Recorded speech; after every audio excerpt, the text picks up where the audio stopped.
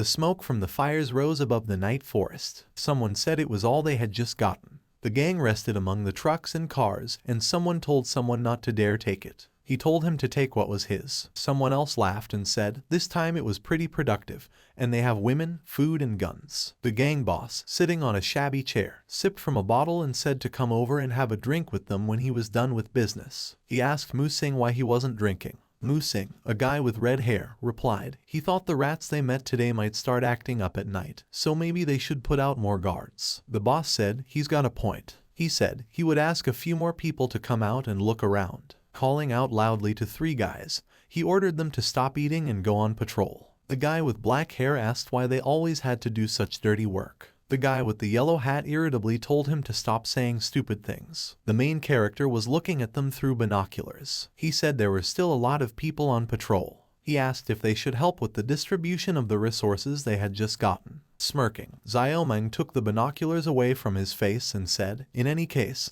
he had prepared something to deal with them. The guy with blonde hair standing next to the slaves gritted his teeth and said he regretted that they let that handsome guy escape that same day. The women in his truck weren't bad, he said, and they would have gotten more resources. The guy called out to a guy with dark hair and a scar on his face and asked if these were the men they caught today. He said that girl in the back was his type, and since they had enough people on patrol, he could have fun tonight. The guy, agreeing, kicked him and told him to get out of here because he didn't want to listen to his nonsense anymore. He told him not to let the guards catch himself or he'd be accused of not controlling him. The guys around him grinned. The guy with the blonde hair scratching the back of his head thanked him and said they were drinking anyway, so they wouldn't bother looking. He walked over to the girl with the blonde hair, holding out his hands to her, and the girl screamed in fear. The guy told her to shut up or else he would kill her. Ziyu, standing among the slaves, wearing a blue sweater and a black cap, looked at them. In front of her were the cargo trailers of the trucks. The girl, resisting, screamed and the guy told her he would stab her with a knife if she continued to resist. Falling to the floor on all fours, she pleaded with him to let her go. Guy told her, now that they were here, she'd better give up the idea of anyone coming to rescue her. He turned around in astonishment. Frowning, he asked who was here. The impact sent the guy sideways and he hit the ground several times. As he lifted himself up, he cradled his nose, which was bleeding, with his hand and let out a curse. The guy was amazed to see the slaves running out of the truck. He asked what was going on and how the slaves got out. Ziyu appeared in front of him, folding her hands in the pockets of her sweater. She lifted the visor of her cap, with Tank standing beside her. The guy stared at them, eyes wide open,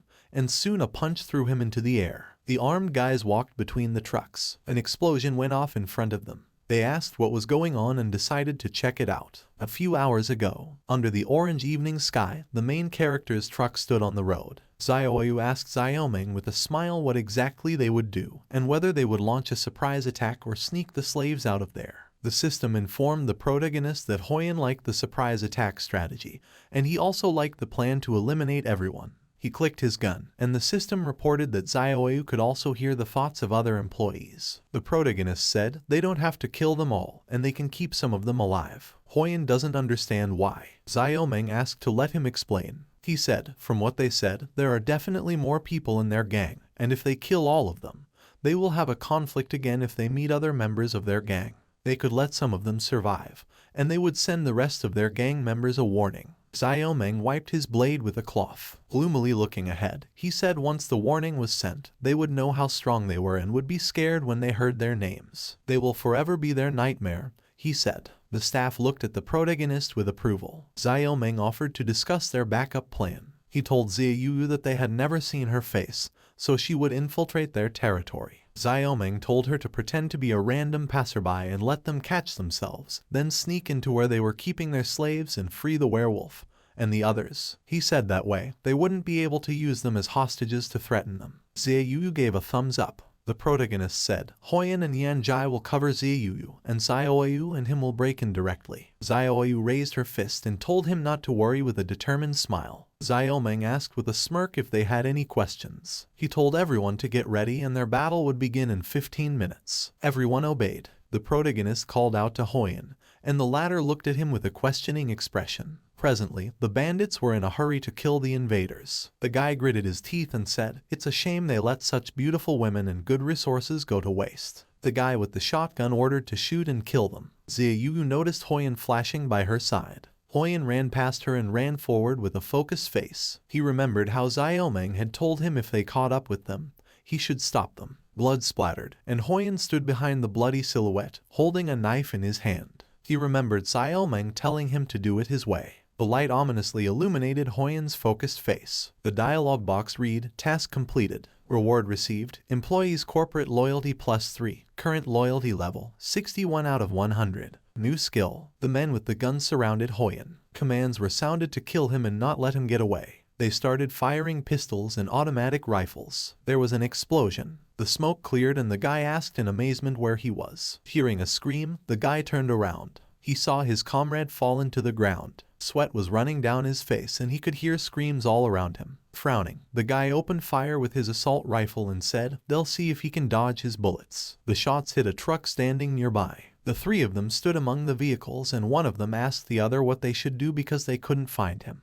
The guy told him to hide. The guy yelled out, "They are really here for the slaves." The other guy told him to stop yelling or he would kill him right now. Breathing heavily, one of the guy's bulging eyes looked around the corner where the ground was strewn with his fallen comrades. Hearing a scream, the two guys turned around, gritting their teeth. Huyen swung his knife, standing behind the back of one of the guys. Blood rushed from the guy's throat and he fell to his knees. Huyen looked at his opponents with a cold, cruel gaze. Taking aim, the guys told him to go away. They opened fire, but Huyen ran to the side and the shots hit the bandit who had fallen to his knees. They yelled for him to run to the right and the guy with dark hair turned around. Noticing he wasn't there, they exclaimed in surprise.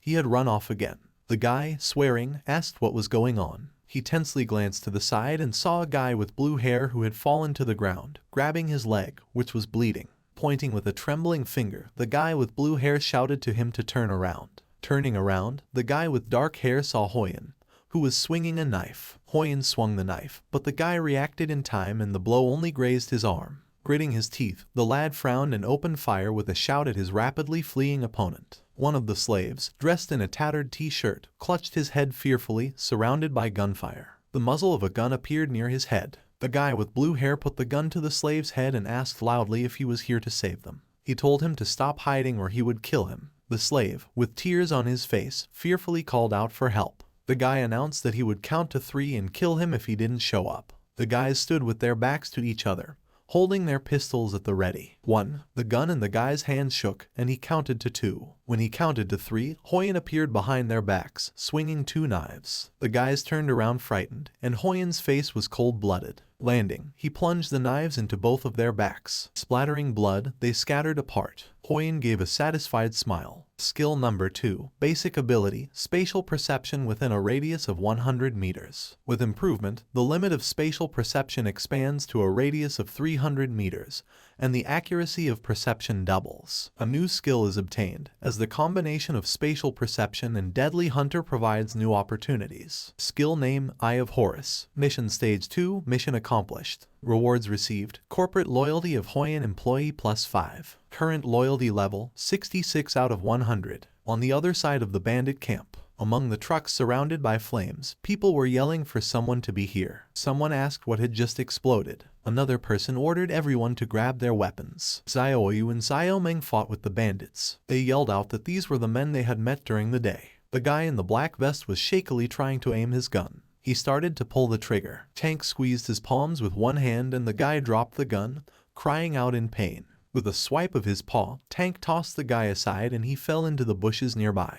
Tank, covered in large scars, stood straight, staring after him. Someone exclaimed that he was here, and it looked like Huyen and the others had made it through. The protagonist told Xiaoyu that they needed to find the half-infected man and get rid of him as soon as possible. Xiaoyu agreed with a radiant smile with a thumbs up. Xiaomeng said with a confident smirk, "Their plan is being executed successfully." A voice asked if he was looking for him. Xiaoyu and Xiaomeng turned around, pressing their lips tensely together. As they looked up, they saw drops of blood enveloped in yellow energy. An explosion rang out, and they bounced to the sides. Xiaomeng, doing a somersault from the ground, landed on his feet. Abruptly turning around, he blocked Mu Xing's attack, which pushed him back. Behind Mu Xing, Xiaoyu appeared, reaching forward in a leap. She hit the ground with force, and the guy dodged. Looking at her with wide-open eyes, Mu Xing unhappily clucked his tongue. After landing, Xiaoyu asked the protagonist if he was all right. Tank stood behind Xiaomeng's back, putting his hands on his shoulders, and the protagonist said he was fine, and Tank caught him. Musing said, "These people are really weak." He told the protagonist he killed so many of them. The guy said he has the courage to chase them, and if he is here to surrender to him, he welcomes him. Xiaomeng said with a smirk that he didn't look like their leader. Musing grinned and said they are fools who can't live without them. The half-infected people don't deserve to be their subordinates. The protagonist asked why. Musing said, "It's simple, and it's because they evolved." Carelessly pushing the body of one of the bandits aside with his foot, he said with a smirk,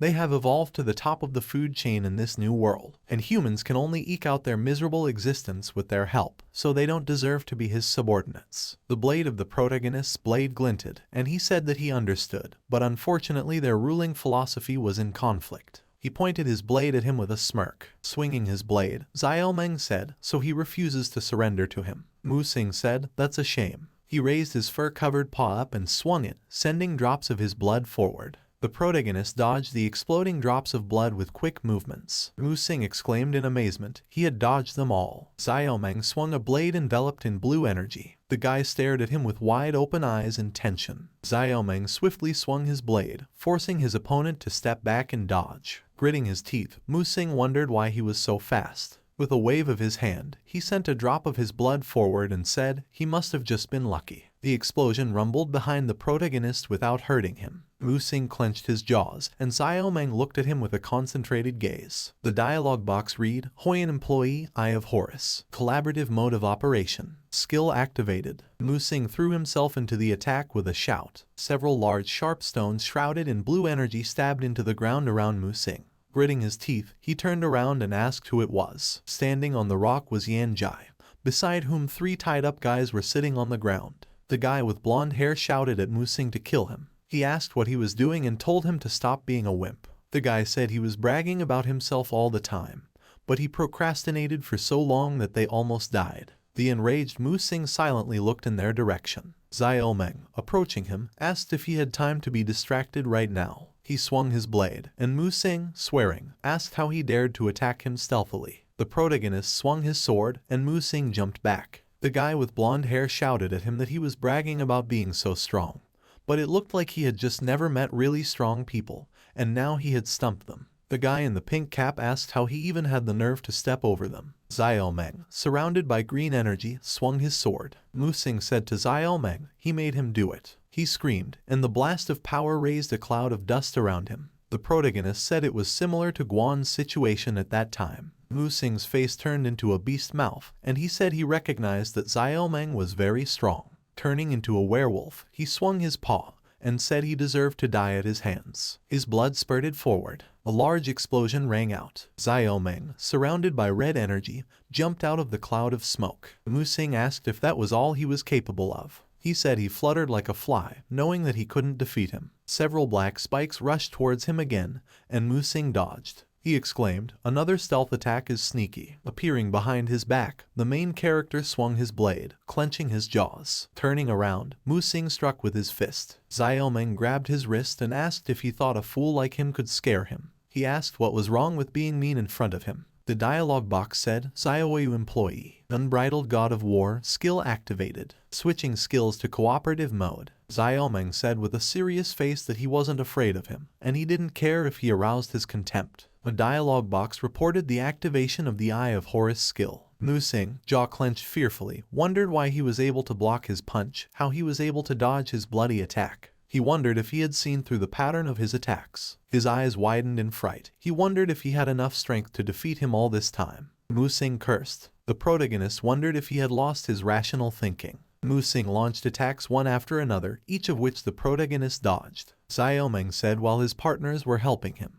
He learned everything about his fighting style, especially the time it takes him to cause an explosion and the range of his explosion. There was no way he could defeat him now, he said. Black spikes shrouded in blue energy split the air, and Musing turned around fearfully. He jumped aside, and the spikes struck the ground. Gritting his teeth irritably, he said, "His non-stop sneak attacks are just dirty tricks." Xiaomeng said he didn't care because, after all, he was dealing with an arrogant rascal like him. Musing clenched his jaws tensely and a drop of sweat ran down his face. The protagonist told him to accept his fate. He said it was over. Nearby stood Xiaoyu, surrounded by red energy, and Xiaomeng said there is no turning back for him. Huyan, enveloped in green energy, stood on the roof of a truck. Yanjai stood on a rock and held a black spike shrouded in blue energy in her hand. Xiaomeng, holding the black spike in his hand, said he would give him some words of wisdom before he died. Shrouded in blue energy, the protagonist with a serious face said, "An unjust cause finds little support." Musing looked at him, clenching his jaws and trembling with fear. On the dialogue box, it says, Yanjai staff member, weapon master. Collaborative mode of operation, skill activated. Xiaomeng threw a multitude of black spikes at his opponent. They stabbed into his body, splashing blood, and Musing recoiled back. The guy with blonde hair opened his mouth in shock. The red baseball cap fell off the guy's head and he said he couldn't believe that he had lost and now they were doomed. There were many black spikes sticking out of Musing's body covered in blood. He thrust his head upwards. Xiaomeng looked at him, frowning and pressing his lips together. Musing frowned. His hand was enveloped in red energy and he said Xiaomeng's name. A flicker of blue energy and another spike hit him right in the face, splashing blood. Musing fell backwards onto the ground, surrounded by the splatter of his blood on the ground. The protagonist lit a match and threw it forward. Musing's body was enveloped in flames. Xiaomeng called out to the guys on the cliff. He offered them a deal in which he would spare their miserable lives if they told something to the rest of their gang. The guys listened to him in horror. The main character said they are a post-apocalyptic courier company, and they will become the most powerful corporation in this world. He told them if they want revenge, do it. Xiaomeng said they don't care because they are the only ones left alive at the end. The dialogue box says, all stages of this mission have been completed. Mission accomplished. Rewards received. Corporate loyalty of Huyan employee plus 10. Current loyalty level, 71 out of 100. Clouds floated in the blue sky above the forest surrounded by mountains. An explosion rang out, causing birds to flutter out of the trees. Xiaomeng folded his arms across his chest and told someone that they had already been told to leave, and if they had time to die, it would be better to go farming. After the battle with that gang some time ago, Xiaomeng met many people from that gang on the road. Sometimes there are also half-humans who work as bodyguards for them, but of course they are all the same. Like those people, they have special abilities, and they can all turn into animals. The protagonist remembered battles with a human tiger, a female werewolf with 2 tails, and a bull-like horned werewolf whose arm was torn off. Putting his face on his palm, he said he remembered what that redhead had said. Guan made him like this. Looking off into the distance, Xiaomeng asked if the others were also test subjects. Their truck was driving down the road, and the protagonist said apparently they were strong enough to live freely, but they still had to find ordinary people to cooperate with. He asked why and what their goal was. Xiaomeng announced that they were entering the city. Xiaoyu asked him if he was here. He asked if she was talking about Fuhai City. The protagonist said he had been here once when he was doing an internship in his final year of university. He said it rains often here and the slopes are hilly, making the city very cozy. Xiaoyu, looking at the scenery flying past them, asked what they were here for. Xiaomeng said he chased those bandits and it brought him here. He said there was something that bothered him more, a bright spot that suddenly appeared on the map a few days ago. Frowning, the protagonist said this was the first time there was a marked spot on the map, so he decided to come here. He said he wanted to find out what it meant. Xiaoyu with sparkling eyes asked if it was a treasure. Xiaomeng said she has become more optimistic every day since she learned to speak. Their truck splashed water as they drove down the road. Xiaomeng said there is indeed an iconic building in the city center that has existed for hundreds of years. He said his classmate from Fuhai City brought many local delicacies that were delicious. Xiaoyu enthusiastically asked if it was true. The protagonist held up his index finger and smilingly gave some examples. Bamboo shoot jelly, 5 spice buns, salted duck, smoked goose, grated bamboo shoots with sesame oil, dried fish. Xiaoyu suggested hiring a cook. Xiaomeng said she is always full of energy when it comes to food. Noticing that the road was flooded with water, he asked if the heavy rain 2 days ago had such a big impact. The protagonist asked uncertainly that now that the weather had cleared up, there shouldn't be any problems. With a surprised look ahead, he asked about the road being flooded. He asked Xiaoyu to take a look, and she jumped onto the roof of the truck, agreeing. Putting his hands on his belt, Xiaoyu said, "It looks like the road is completely flooded. How deep is not visible, but it looks like the car will sink." Xiaomeng got out of the truck, said he will go to the mountain and check the situation. He said Xiaoyu stays in the car and the others will go with him. Yanjai and Tank also got out of the truck. The protagonist said they were not far from the city, and suggested that they climb to the top of the mountain to check the situation and find the way. Climbing up the rocks, Xiaomeng said, there are always floods in the southeastern region, but the terrain here is not very low. He asked how this could happen. Xiaoyu said she heard that a few years ago, before the disaster, there were very heavy rains in the north. They said they had reached the top of the mountain. Xiaomeng, frowning, looked ahead. Seeing the flooded city in front of him, he asked what had happened here. The tops of skyscrapers could be seen from the water. In the middle was a small island with a round building with wires from all the buildings around it leading to it. Xiaomeng asked why Fuhai City was flooded.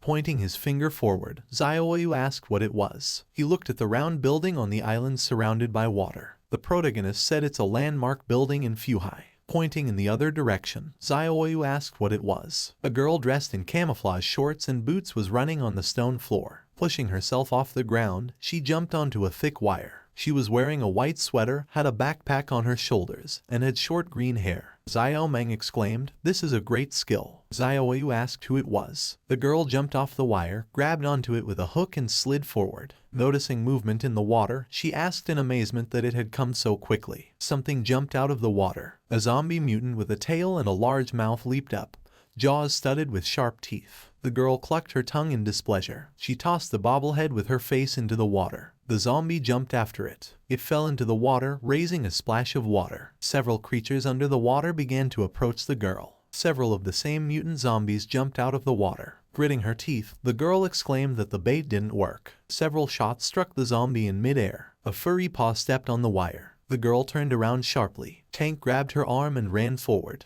Pushing off the wire, he jumped forward and the girl screamed fearfully about the monster. They landed on land, raising a cloud of dust. The girl, sitting on the ground, frightenedly shouted to Tank not to come near her. Xiaomeng told her that they had come to rescue her. Placing his hands on his belt, he asked her to explain, when she calmed down, how Fuhai had become like this. On the shore, in a flooded building, the girl, frowning, walked beside Xiaoyu among the stone pillars. In front of them walked Tank and Xiaomeng. Xiaoyu asked with a smile what the matter was. The girl said it's nothing, and she was just thinking. She asked why that monster was with them. Xiaoyu said he was their companion. The girl asked how they tamed this monster. She replied that they didn't tame it. She said they are friends and co-workers. The protagonist listened to their conversation in silence. The girl announced that they came to the cable car. She said before the disaster they had repaired this ropeway. She told them to just use a hook to get across the water. The girl said, there are 4 hooks, so she will take the others to find another way.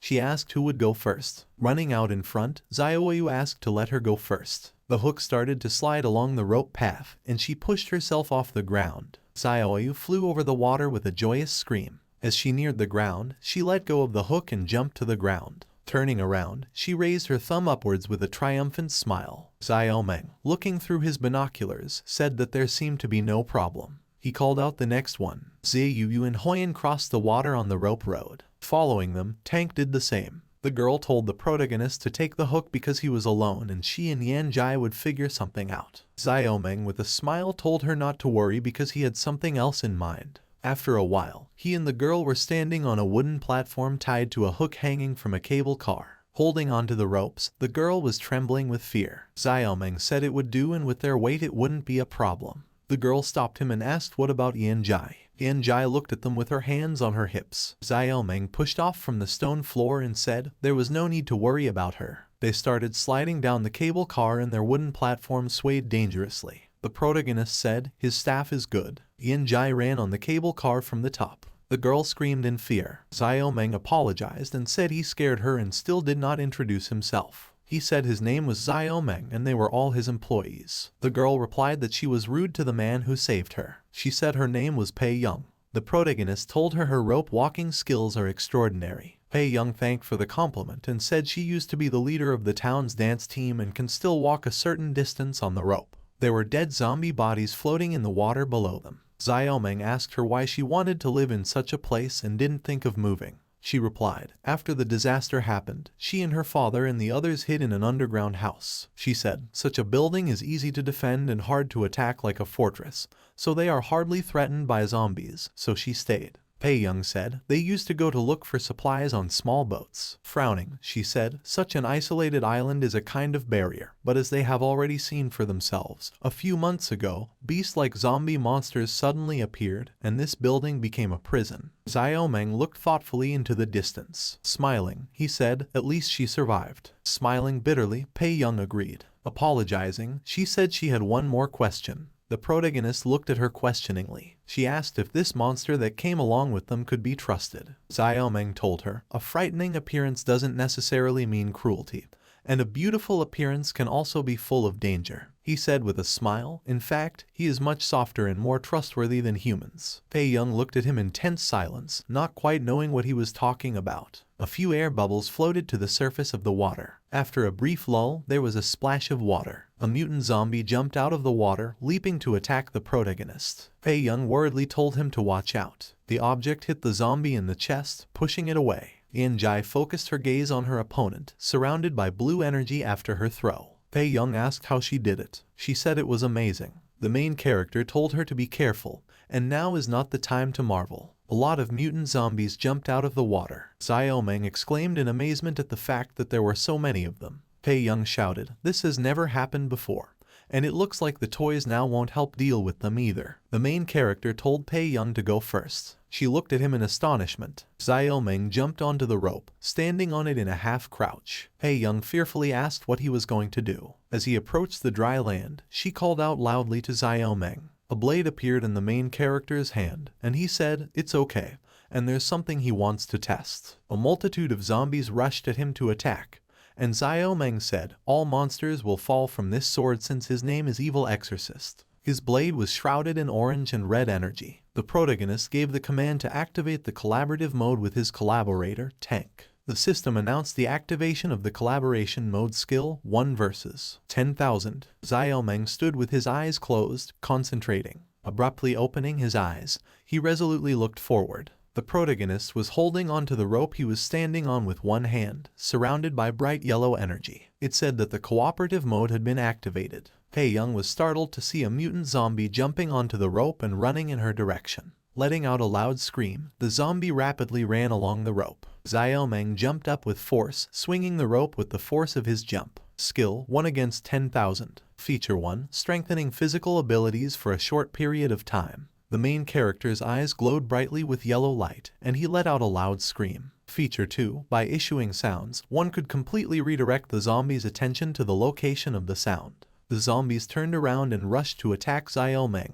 The zombie chasing Pei Young turned around and ran along the rope towards the protagonist. Xiaomeng landed on the rope, spreading his arms out to the sides for balance. The mutant zombies rushed to attack with loud screams. The main character's gaze was serious and focused, but calm. Feature 3, the host's desire to fight increases, and his attack style changes to a certain extent. Xiaomeng calmly cut the zombies in half one by one with his blade. He landed on the rope, and one of the zombies rushed towards him, moving along the rope on all fours. A black spike flashed in the air. Yanjai threw the black spike at the back of the zombie's head, and blood spurted from the zombie's head. Turning around, Xiaomeng thanked her. Pei Young, watching their battle, was amazed at their incredible fighting skills. The rope started to tear at a certain spot and the hook caught on it. The abrupt stop rocked the platform Pei Young was standing on from side to side. The girl, gripping the ropes tightly, cried out in fear. Noticing that she had stopped, she glanced at the water below her platform and exclaimed in amazement that she was stuck. Frowning, she said if she stood in one place,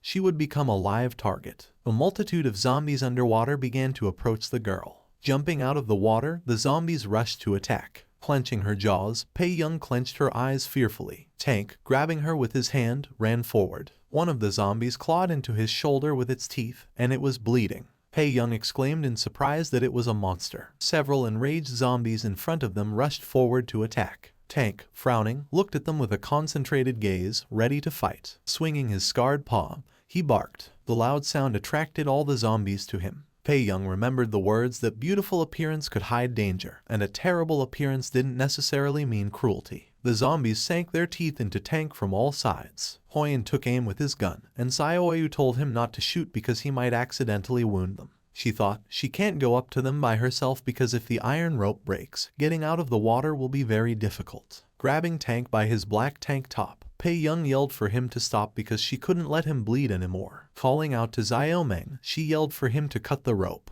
She asked if he could do it. Turning around, the protagonist exclaimed in amazement. Xiaomeng and Yan Jai were fighting a crowd of zombies while standing on the rope. Pei Young yelled out that there was no time for explanations. She asked him to cut the rope. The protagonist said, then they would all fall.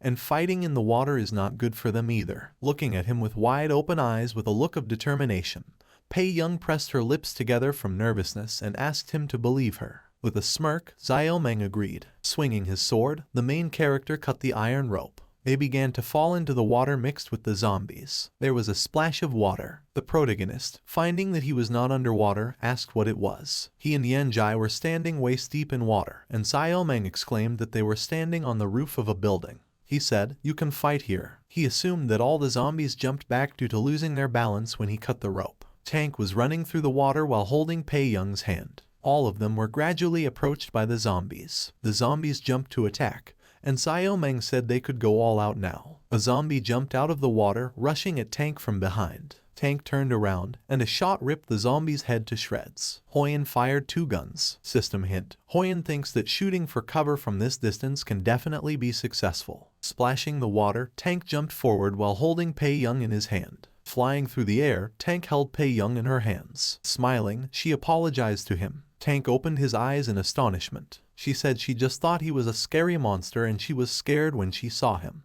Pei Young said, "It turns out he is loyal, brave, kind and knows how to sacrifice for others." She said with a smile, "He is the best dog in the world." Pei Young thanked him for saving her. Tank smiled good-naturedly, slightly embarrassed. His rather barking sounded under the clear blue sky. Pei Young's voice echoed above the round building, saying that she had already explained, and they were not bad people. She said, "This monster was the one who saved her." A man with short green hair holding an axe asked how much she knew about him to say he was a good person. He asked if she had forgotten how her brother died 4 days ago. Pei Young stood in front of him with her arms spread apart. The guy with blonde hair, swinging his axe at Xiaomeng, said that even without talking, it was clear that this group of strangers had come with some strange villains, and obviously they were villains. Striking with the axe, he told him to die, and the protagonist dodged with a simple and quick movement. With a wave of his hand, he knocked the axe out of the guy's hands. Xiaomeng caught the axe with his hand. He wondered if a stealthy attack was good behavior. Throwing the axe on the ground, Xiaomeng said, if they really wanted to do something evil, they wouldn't have waited until now. His face was completely calm,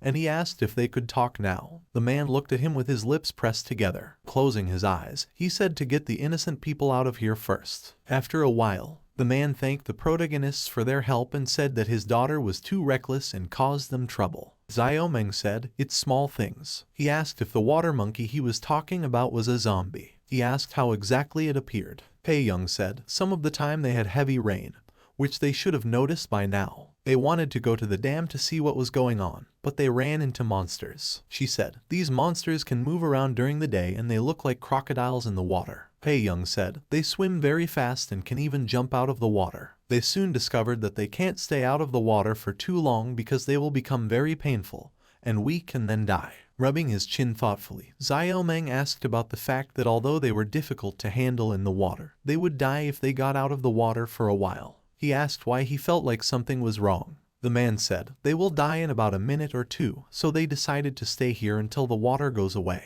Pei Young objected and said, these water monkeys can live outside the water for a long time. The man sternly said he had already told her she was wrong. Pei Young wanted to object, but her father interrupted her. Pointing her finger back and grabbing her sweater on her chest, she said, that night when she was standing guard on the rooftop, she clearly saw a water monkey sitting on the shore and not going into the water. She said she did not lie to him. Pei Young said, they don't need the water anymore and they will die while they wait. The man told her to stop talking nonsense. He said she was alone that night and no one else saw it after that, so she must have just imagined it. Frowning, the man said, she herself knows that Xiao's son just had a baby and old people have a hard time moving around. He asked if she wanted to kill them all. Pei Young wanted to object. Xiaomeng said there was no need to argue anymore. Folding his hands on his chest, he moved away from the wall and said, he probably understands the situation, and if they want to evacuate, he can help them. Smiling, he said, before doing so, we can catch one zombie to deal with their issue. A nervous sweat ran down the man's face, and he asked, catch one. After a while, The main character told everyone to stay here. Standing on the tiled roof, he told Yan-Jai to just go up the cable car and bait one zombie. He told her not to go in the water because it's very cold.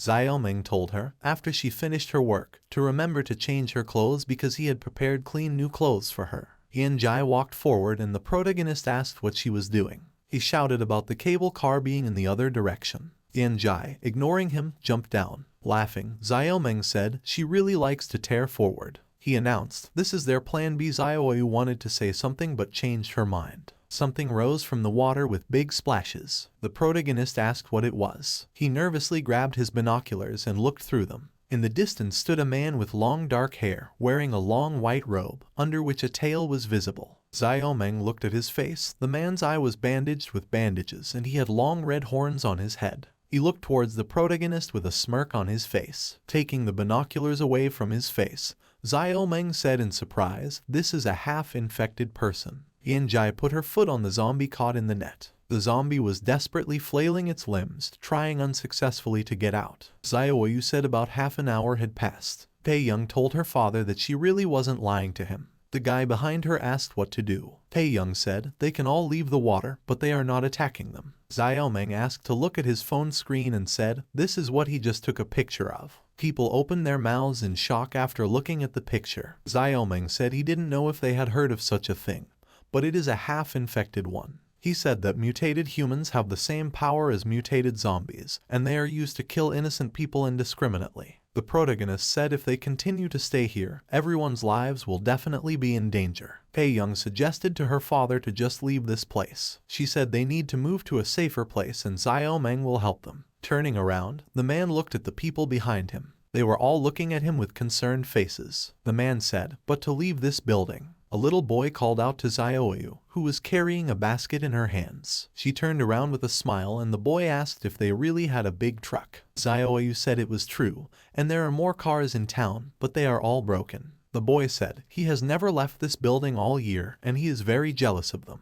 Xiaoming and Hoyin appeared in front of them, and Xiaoyu said this is their boss. She asked the protagonist if the cable had been set up. She asked where Yan-Jai and the others were. Xiaoming said she and Tank went back to the truck to get some tools. He asked how things were going with her and Xiaoyu. Xiaoyu waved her hand and said that she had finished carrying things and Xiaoyu was operating on the wounded. Pensively putting her finger on her chin, she said that she should be at the warehouse. The main character waved his hand and said that he went there. He told her to play with the kids for now. Someone pulled on his clothes. Xiaoming turned around, and a girl wearing a hooded cloak asked why he was helping them, since they couldn't give anything in return. She asked if it was worth it for him to get into all this trouble. Xiaoming wondered if she was one of the local children. He asked what that meant. The main character put his hands on his waist and told her, it's often not about whether it's worth it or not, but whether a person wants to do it or not. He said with a slight smirk, helping them get out of here is a job he wants to do. The girl looked at him with her mouth open. Her blonde hair was visible under the hood, and there was a huge scar on her shoulder. Xiaoming, leaving, waved her hand and told her to gather her things quickly. The girl, looking after him, said thoughtfully about the job. It's interesting, she said. Xiaoming asked Pei Young who the child in the cloak was. She replied that she came here on a board before they got here, and the fact that she wasn't attacked by zombies is a miracle. She said she thought she was with them. Pei Young asked why he wanted to meet her. Xiaoming said all the safe places are finished and he wants to talk to her about the dam. Pei Young offered to talk on the way. Seeing cabbages in the beds, the protagonist exclaimed that they were vegetables. He said with a smile he hadn't seen fresh vegetables in a very long time. Pei Young said that they rarely go outside, so they decided to have an ecological cycle inside the building. She added that there are also geese and chickens. A girl in a t-shirt said they used to even have fish. The guy with dark hair wiping his face exhaled and said, now they can't have them because of the sea monkeys. The girl explained that there used to be a river nearby, and they even dug puddles to save some frogs. But now there are none at all. Pei Young said they mainly eat yams and white potatoes, and although they don't have much food, it's enough to keep them from starving to death. Thinking about the fact that this allows them not to starve to death, Xiaoming said he understood. After a while, Pei Young and the protagonist entered the warehouse, and the girl announced that it was their warehouse. There were several boxes lying in the room. The protagonist asked if this is where only food is stored and there are no clothes here. Young said that each of them had another set of clothes to change into, and most of them consisted of summer clothes. She said the warm clothes they give to the old people and children. The protagonist looked at the water where the evening sun was shining. Young said, good thing they are in the south, so it is not a big problem. Exhaling, she said, unfortunately, it's too humid here. Looking out the window, she said, they go outside and play near the water when the sea monkeys are not around. Young said, they step in the water and catch shrimp and crabs, and when they come back, they boil a pot of soup and share it among everyone. She said it makes them happy even though the soup smells like fish. Turning around, Xiaomeng said, they must have had chances to leave this place earlier. He asked why they all didn't leave this place. Looking at him, Young lowered her gaze. She said after the apocalypse, no one knew when the zombies would attack the city, and they fled to this old landmark building in panic. Young said, it turns out they actually survived because of that. She said people easily get used to new surroundings, and if they hadn't gone outside, they wouldn't have known the apocalypse had happened. A man was basking around a fire in a barrel. Young said, for many, this place is not just a shelter, but a whole world. This place became their home, she said. Children were playing, chasing each other down the hillside. Young asked how many people could find enough courage to leave this place, knowing that the world outside had become nightmarish. She said there are many old people and children in this building, and he doesn't want to leave anyone behind. Young's father was playing with the children with a smile. A voice called out to him from behind. Xiaomeng asked to give him some paper. The man, frowning, turned around. He handed him some paper. Xiaoyu asked what he was doing. Xiaomeng waved her hand and said, since they have a lack of resources, people pray with paper instead of offering sacrifices. Xiaoyu ran to them and said that she wanted to do the same.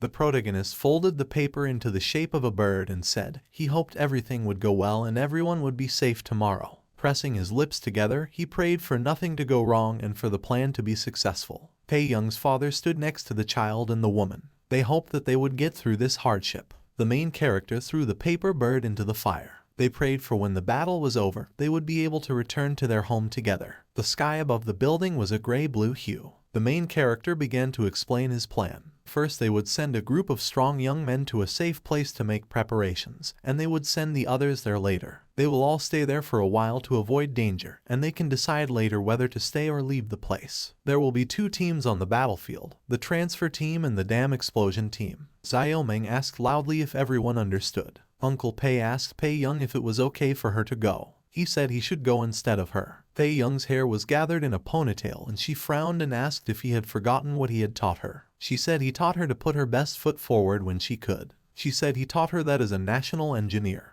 Young asked who would lead the people here if he went. Uncle Pei stared at her in amazement for a while. After frowning, he closed his eyes and exhaled. Looking at her, he said he understood and asked her to take something. Young listened to him in suspense, and Uncle Pei said, it's a knife he used in the army, and he always carried it with him. He said he hoped he could help her in some way. The main character yelled out that time was running out. He said to hurry up and get started. Turning around, Uncle Pei told his daughter she can go now. Clenching her fists, Young told him he will not lose her. Turning around, Uncle Pei looked at her in astonishment. Smiling, he said, good. Xiaoyu said they went. Xiaomeng told them to stay in touch using their radio earphones. He told Uncle Pei they are starting. Xiaoyu made a peace sign, putting her hand on her hip. Uncle Pei clenched his fist with force. He loudly announced that the operation is starting now. Uncle Pei asked the guy in the blue shirt what he was doing here since Kyankian was still pregnant. He asked what she would do if he died. The guy replied, it's fine. He said with a smirk, Kyankian let him do it, and they made that decision together. The pregnant girl with blue hair looked at him from behind, folding her palms into a lock on her chest. Placing her hand on her stomach, she confirmed his words. The two boys stepped onto the wooden platform and set off along the cable car. Yanjai's hair flashed in the air. She ran along the neighboring ropeway. The guy in the platform said to hold on tight. A sea monkey jumped out of the water, opening its toothy mouth. The guy in the blue shirt shouted about it being a sea monkey while swearing.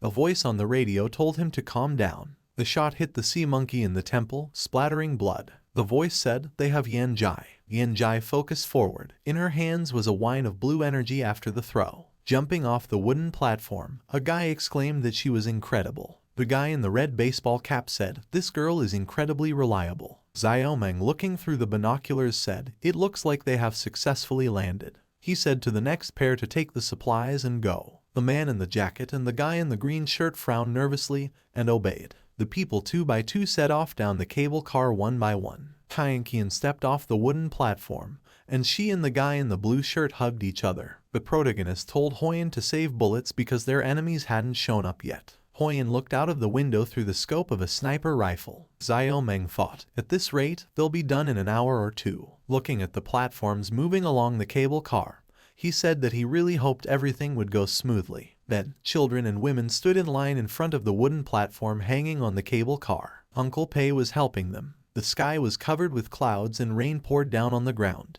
Raindrops fell on the protagonist's face, and with a cluck of his tongue, he said, as expected, it rained. He wondered if he had a bad feeling all along. He wondered what exactly the half-infected person was up to. Xiao Meng told Hoyen to go and do a quick check. The system alerted him that Hoyen wanted him to turn around. Among the high-rise buildings looking out of the water, a high wave was approaching along the water. Hordes of sea monkeys were jumping out of the wave. An elderly man exclaimed fearfully about how many sea monkeys were here. The girl, clutching her head, screamed fearfully that they were going to die, and she did not want to die. Someone demanded to let him pass. Xiao Meng ran past Uncle Pei and told him to keep transferring and he would think of something. Uncle Pei agreed. The protagonist swung his sword expelling evil. He called out loudly to Yan Jai. Jumping between 2 ropes, she tore apart 3 zombies. Swearing, Xiao Meng asked what exactly they wanted. The zombies grabbed onto the rope and gnawed on it with their sharp teeth. Gritting his teeth, the protagonist noticed that they were biting the rope. He thought they didn't attack until they started the transfer. He realized they were trying to trap them in the earthen building. Lightning flashed in the sky. Frightened people asked what to do. One asked why they should stop running and hide. Another man told him he would be eaten if he stopped. The hooded girl turned around and said as she spoke, "There's no point of getting herself into all this trouble." Her stockings and fluffy striped tail were visible under her cloak. The protagonist told Tank to prepare to execute Plan Number 3 in advance. He told Xiaoyu to protect the residents. Scolding, Xiao Meng said, Hoyen can't perceive the water, so they can't locate the half-infected person. He asked Xiaoyu how things were going on her side. Hearing no answer, he asked again. The half-infected person follows him out of the water. After a little while, he dived under the water again. The protagonist asked his question again and asked if she could hear him. Someone's hand was visible under the water. From Xiaoyu's earpiece going underwater, the protagonist's voice could be heard. A while ago, Xiaoyu told Xiao Meng that she would definitely complete the task. She and Pei Young were floating down the river on a boat. It was raining heavily. Pei Young told Xiaoyu that she was really grateful to all of them, and without them, they would have surely died today. Xiaoyu told her she should thank their boss because he made the decision to help them. She said he turned out to be right, and the half-infected man had indeed summoned all the sea zombies from here. Pei Young asked if that was the reason why they could use the boat and get to the dam faster. Xiaoyu thoughtfully replied that she hoped so, but they couldn't let their guard down because Xiao Meng said trouble could overtake at any time. Looking ahead in the pouring rain, she said, for some reason she has this feeling like everything is going too smoothly. Looking at the flow of the river, Xiaoyu said she thought they would be attacked. Many dark silhouettes appeared under the water, and she asked why it was so quiet. A multitude of zombies jumped out from under the water, knocking over their boat. Xiaoyu exclaimed that they were ambushed. Pei Young reprimanded, looking to the side. She noticed the explosives that Xiao Meng had prepared fell into the water. They fell under the water with a big splash of water. Xiaoyu's earpiece began to sink to the bottom of the river. Xiaoyu, surrounded by a huge number of zombies, thought there are a lot of them. Turning around, she wondered where Pei Young was. She thought she needs to get her to the shore first. The zombie's hand was approaching the drowning Pei Young.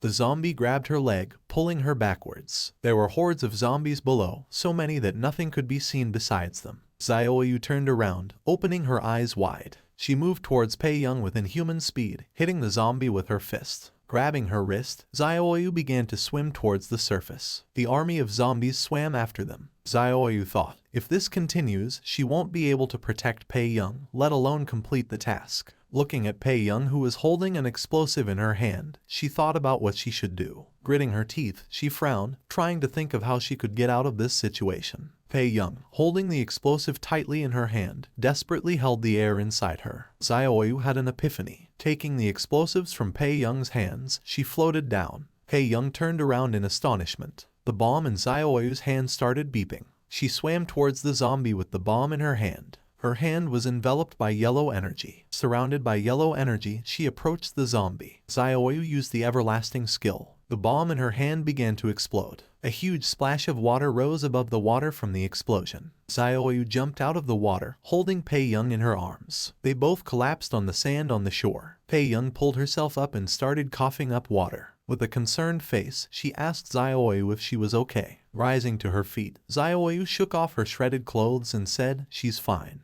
She asked if she was okay. The system alerted that the 10 seconds of invulnerability gained from the improved everlasting skill was over. Pei Young said she used explosives to save her, and it's Pei Young's fault that they don't have explosives now. Xiaoyu said it's okay for her as long as she's alive, and they better start walking before the zombies make it to shore. Pei Young said they used explosives and they no longer have a way to destroy the dam. Xiaoyu's back was red from the wounds and she said it was fine. With a determined shift of her eyebrows, she said that she would think of a way. Lightning flashed in the dark sky. Toys, crates, and broken trees floated in the river. People hurried each other and talked about how they were almost done with the transfer. Running along the ropes, Xiao Meng fought off the zombies. He thought about where this guy was. The main character thought, the number of zombies doesn't make sense either. He thought there was just a wave, and it was much smaller than he expected. As he continued to run the rope and kill the zombies, he thought, what exactly is he up to? And why hasn't he shown up yet? Someone was watching him, dangling their head down. Jumping to the ground, it spoke of the time had finally come. The half-infected man threw off his white cloak. His dark hair fluttered in the wind, his torso was wrapped in bandages, and he was missing his right arm. It was finally his turn to strike back, he said. Frowning furiously, he said, although he could only give simple instructions, that was enough. His face was surrounded by purple electricity, and he said, it's time to put an end to all of this. Leaping forward, the half-infected man ordered the zombies into action. Surrounded by hordes of zombies, he rushed forward, shouting that it was time for battle. Smirking, the protagonist said, the half-infected man finally appeared. He leaped forward, pushing himself off the rope. The half-infected man and Xiao Meng collided. Hordes of zombies flew past them and dived into the water. Xiao Meng and the man landed on the rope. The man asked if Xiao Meng was Xiao Meng. He asked why he was helping them and if he realized that someone was just using him to get him killed. The protagonist replied, it doesn't matter because it's his job. A man with a serious face asked about the fact that there would be no negotiation. Jumping to attack, Xiao Meng swung his sword and told him to keep talking. The man, dodging the main character's blows, agreed and asked if he would stop so they could talk. Xiao Meng replied, there was no need. The man grinned and offered to give him the raccoon and he would leave them all alone. The protagonist thought in surprise about the raccoon. Standing up straight, the man said if they did, he could guarantee he would let them leave the place in peace. Swinging his sword, the protagonist jumped into the attack and apologized. Shrouded in purple electricity, the man dodged. Landing on the rope, Xiao Meng said, he does not exchange lives. The man told him in that case, don't blame him. He tensed the fingers on his palm and purple electricity flashed between them. The protagonist realized with an astonished face that it was electricity. The bright purple discharge of electricity sparkled on the rope. Lightning flashed in the sky. Thunder rumbled, and a zombie's hand appeared on the tiled roof of a building. The guy shouted fearfully about it getting in here, and the zombies are coming. The zombie let out a furious growl. A swift blow severed its head before it could do anything. Uncle Pei, gritting his teeth, said to be careful. He and the other two guys were standing on the roof, and he told them to hold out for a while longer because there weren't many left. Uncle Pei said, they just need to hold out until Yan Jai comes back. Wiping his face, he thought of Pei Young. Gritting his teeth, he turned around to face the attacking zombie and thought, he will definitely keep their house safe. He struck the zombie with force. Electric shocks sparkled in a cloud of smoke. A yellow beast eye was visible in it. The man turned into a dragon-like werewolf and ran to attack, holding a sphere of electricity in his hand. He told the protagonist, since their negotiations had failed, he would send him to hell at the same time. The half-infected man swung his hand and struck the electricity like a whip. The protagonist gritted his teeth and thought since he had electrical powers, he was invincible near water. The electricity enveloped the entire rope, reflecting in the water. Xiao Meng dodged the electric shocks, and the half-infected man said if he begged him, he could still give him another chance. His hand stopped spewing electricity. Shaking off his smoking hand, he asked what he thought. He asked if he had changed his mind. Xiao Meng jumped on the attack and said that it was not even a discussion. Gritting his teeth angrily, the half-infected man said he doesn't appreciate favors. He thrust his hand forward and blood gushed out of it. Looking at his hand, the half-infected man asked if he had cut himself. He said it hurt. The main character was running on a rope and asked if he couldn't use his skill anymore. He said he didn't seem to be that powerful and it would only take him a little while to defeat him. Smirking, the half-infected man, breathing heavily, asked if he really thought he had time. Grimly pressing his lips together, Xiaomeng wondered what he meant. Laughing, the half-infected man asked if he had forgotten that he could command zombies. Xiaomeng's eyes widened fearfully, and the zombie, enveloped in electricity, rushed forward to attack. System alert, Ziyue reports a change in the zombies. System alert, Hoyan reports a notable change in the zombies attacking the safe spots. Lights are flickering around their bodies, and they've become extremely violent. A mob of zombies, shrouded in purple electricity, rushed to attack. The protagonist lunged forward, cursing.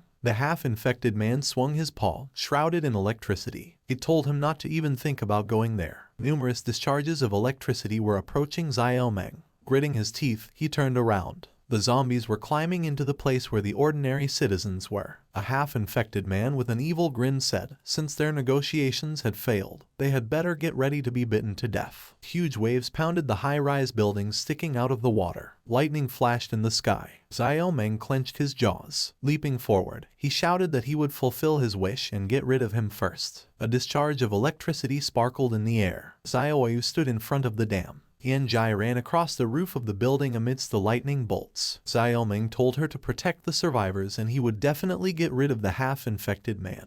The system alerted the protagonist that Yanjai would do it even without his instructions. In front of Yanjai, there were many zombies that were running to attack. She stared forward with concentration while inhaling air. Uncle Pei ordered everyone not to panic because some children still hadn't gotten to safety. He ordered those with knives to attack with him and those using guns to cover them. Uncle Pei ordered Wang to focus on securing the pole, while he and Zhang will take care of the zombies. The crowd of zombies was rapidly approaching them, and the men agreed. Uncle Pei with a battle cry struck with his axe. Pei Young told Xiaoyu they had run out of explosives. She asked how they would be able to destroy the dam. Noting that the mountain had collapsed, she asked about the fact that they couldn't do it without explosives. Pei Young asked what they should do. Xiaoyu, frowning, thought, she's right. She thought she used the explosives and her improved skill, and she doesn't know what else they should do either. She thought she was too reckless. Pei Young asked her what was wrong and why did she zone out. Xiaoyu said she thought that if Pei Young had come here with Yanjai instead of her, maybe they wouldn't have wasted the explosives and would have completed the task. Withdrawing her gaze, she apologized. Pei Young exclaimed, "This is nonsense." She said Xiaomeng had asked her to do this, and he must have believed that only she could do it. She shouted that she was the employee he trusted most, and she couldn't belittle herself. Xiaoyu looked at her in astonishment. She remembered Xiaomeng telling her to stay safe and let Pei Young take care of the explosives and recovery potion. Xiaoyu asked why she couldn't handle them. The main character asked her how she could protect Pei Young if her hands were full. He said she needs to be careful when they're floating on the water because he's not sure what that half-infected person might do there. Xiaomeng said there might be a lot of water zombies there, and it will be very dangerous if it rains. Xiaoyu said she understood.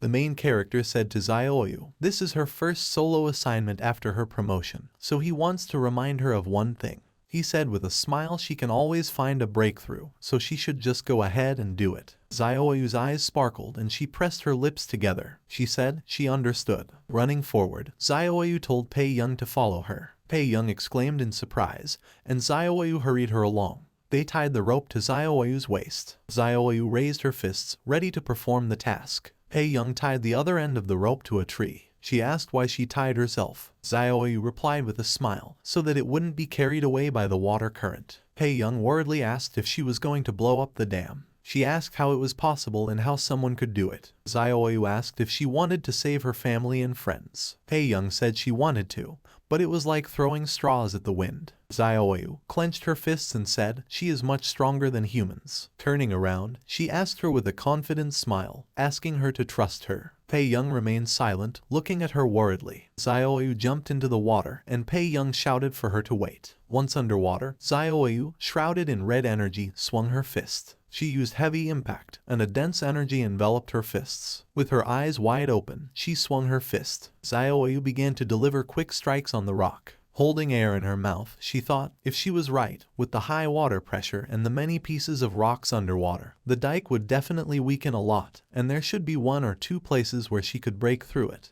Her fists continued to rapidly shower the rock with blows, and she thought, if she can find that point, she can make a breakthrough. A crack appeared on the rock, and Xiaoyu thought, a small leak can sink a great ship. Pei Young shouted at her to stop risking her life. Jumping above the water, Xiaoyu told her she doesn't need to worry about her. Diving into the water, she started throwing numerous quick blows with her bloody fists on the dam and thought, Pei Young has a good father. Looking at the crack, Xiaoyu thought she is very jealous of her. Frowning, she thought she will definitely complete the task. System alert. If you activate rampage mode while your body is under a heavy burden, the ensuing exhaustion will be unpredictable. There's a chance you will return to the basic state of a zombie. Xiaoyu, surrounded by bright red energy, clenched her fists and thought, she doesn't care, and if she can complete the task, she is willing to throw away her humanity. Her eyes lit up red. The system alerted the activation of upgraded Rampage's God of War and upgraded Heavy Impact. Xiaoyu used Rampage Impact with a loud shout. Her blackened fists were bleeding. Screams could be heard above the water. A small crack appeared on the stone dam. Xiaoyu hit hard with red energy. The dam appeared to be breached and a stream of water rushed out. Pei Young exclaimed that it had worked. Xiaoyu smiled weakly, covered in wounds. Closing her eyes, she said, mission accomplished. The water raged, and Pei Young once again exclaimed to Xiaoyu.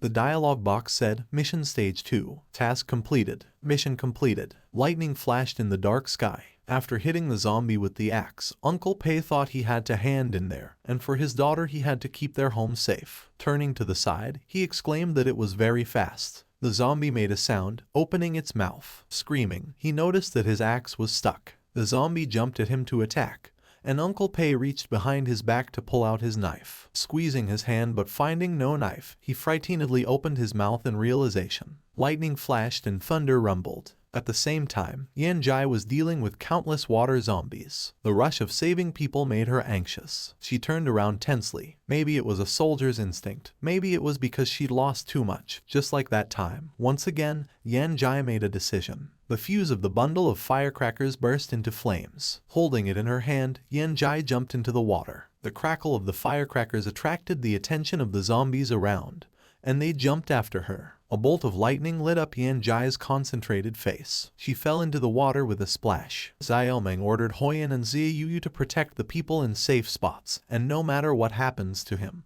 they are forbidden to come to his aid. He ordered Tank to drink a restorative potion and continue with his task. Rope was enveloped in electricity, and the protagonist, after swearing, asked what Yan Jai was doing. He told her to urgently go to the shore. Dragon Man, swinging the sphere of electricity, asked if he thought he still had time to hand out tasks. He told him to worry about himself first. Xiaomeng looked at him while gritting his teeth. The Dragon Man struck with a discharge of purple electricity. The protagonist, shifting his eyebrows and clenching his jaws, swore and said he can't keep fighting him. He asked what was happening on Yan Jai's side. He said he urgently needs to rush there. Xiaomeng jumped back, holding a sword in his hand that left a blue trail in the air. His boot caught on a torn spot on the steel rope. Xiaomeng frightenedly muttered. The Dragon Man told him that he was telling him not to get distracted. The protagonist looked in his direction, eyes wide open. His opponent struck him in the face with his paw. Clenching his jaws, Xiaomeng said he'll take a bet. His sword pierced through the Dragon Man's right side, splattering blood. The Dragon Man clenched his jaws angrily, and the protagonist smirked and thought, telling him to go down with him. They fell into the water with a splash. Holding his opponent's tail in his hand, Xiaomeng thought, logically, the less electrical resistance in the water should increase the power of his attacks. He wondered why he didn't drag him into the water. Gaining air in his mouth, the protagonist dragged the monster down with him. He thought, if he was right, for Yan Jai, he was going all out. Xiaomeng activated cooperative mode and activated Rampage's God of War. A yellow energy enveloped him. The monster looked at him fearfully. The protagonist made quick attacks with his sword, which the monster blocked with his arm. Frowning, he told him not to get ahead of himself. A rope grabbed around the protagonist's leg and dragged him to the side. Frowning, Xiaomeng thought he was right. As he swam past the monster, he gave it the middle finger. The monster opened its eyes angrily. With a wave of his rope, he told him even if he dragged him underwater, it was useless. He threw the protagonist into one of the buildings submerged under the water. The half-infected man's arm was shrouded in electricity, and he said this way he would only die faster. The electricity shrouded the rope, and the monster used high-conductivity thunderstorm. A bright flash of purple electricity flashed near the building where the rope was stretching to. The monster's hand trembled, and he said it was his full-strength electricity attack. Looking at the dust cloud shrouded in electricity, he said, "No one can survive after this." Pulling the rope, the monster howled and said, "It has little energy left and it needs to hide first." It said, "He can't even control the zombie right now." The rope tensed with a clang. Gritting his teeth, the monster noticed he was stuck. He said something was wrong and someone was pulling him. He asked what was going on. White furry paws grabbed the rope. System alert. Tank's skill 1 against 10,000 has been automatically activated due to exhaustion. Tank held the rope in his hands, glowing with yellow energy. System alert. Tank completed the task of covering Xiaomeng. The monster exclaimed in surprise that it was him and he had been tricked. He asked what was going on. After cursing, he turned around and asked where Xiaomeng was. Xiaomeng appeared behind him and swung a sword enveloped in blue energy. He thought that he was right, and his ability to control electricity becomes much weaker when he is underwater. The protagonist thought he can't attack a specific point and probably can't even converge his power. He thought that means he just needs the right moment and he'll have a chance to kill him. Xiaomeng thanked Tank for his cover. He struck his opponent with his sword, cutting his chest and saying that he was incredibly weak. The main character's blow cut the enemy into several pieces. Holding air in his mouth, Xiaomeng resolutely frowned. A dialogue box announced the completion of the mission. Help the survivors to move. All completed. Rewards gained, 300 points, 200 level S bonus points. Underwater combat took 30 seconds. 10 bonus points are rewarded. The strong water current carried crates and broken trees. A half-infected man was drowning underwater, surrounded by sinking cars. Xiaomeng said Hoyan and Ziyu are taking care of the safety points, so there shouldn't be any problems on their side, and the current is getting stronger. He said that means Xiaoyu has completed her mission and should be back soon. He wondered if she got hurt, and thought it was a good thing he prepared the restorative potion for her beforehand. The protagonist hoped he wouldn't have to use it. He said there was only Yanjai left. Xiaomeng put a transparent mask over his face and told Tank to secure the rope and not to let it break. He said he needed to find Yanjai before she was washed away by the current. Tank resolutely clenched his fist in response. The protagonist thought they don't have oxygen tanks or other equipment, and maybe Tank should find and rescue Yanjai instead.